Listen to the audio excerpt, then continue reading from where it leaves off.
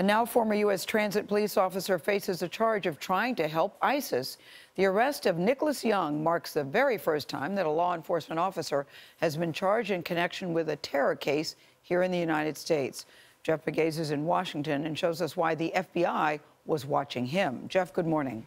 Good morning. Nicholas Young was an armed transit cop who, according to court papers, seemed paranoid about being watched by federal agents. His suspicions turned out to be right.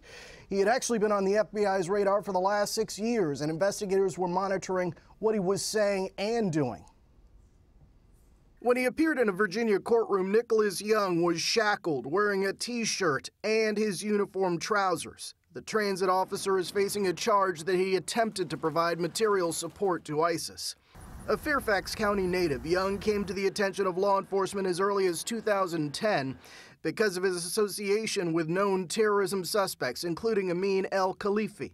According to court documents, in 2011, Young and Khalifi met in a restaurant. Less than a year later, Khalifi was arrested for attempting a suicide bombing in the U.S. Capitol building. The biggest reason that this arrest is a concern is because it was a person in law enforcement in a position of trust. Fran Townsend is the senior national security analyst for CBS News. If he had used his access to the transit system to help them plan an attack in the United States, all those things were certainly possibilities for someone in his position who wanted to actively support ISIS. Investigators say they do not believe that Young, who had been a transit officer for about 13 years, was planning an attack on Washington's public transportation system.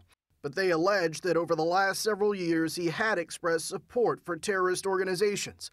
Court documents state that Young admitted he traveled to Libya twice in 2011 to join rebels attempting to overthrow the Gaddafi regime, and that he knew how to avoid detection by U.S. authorities. Court papers say Young recommended the use of a burner phone from wireless hotspots. He didn't know it, but the person he told was an FBI source.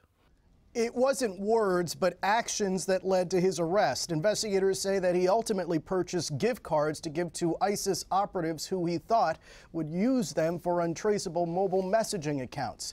He was actually giving them to the FBI. Nora? Good work by the FBI. Jeff, thank you.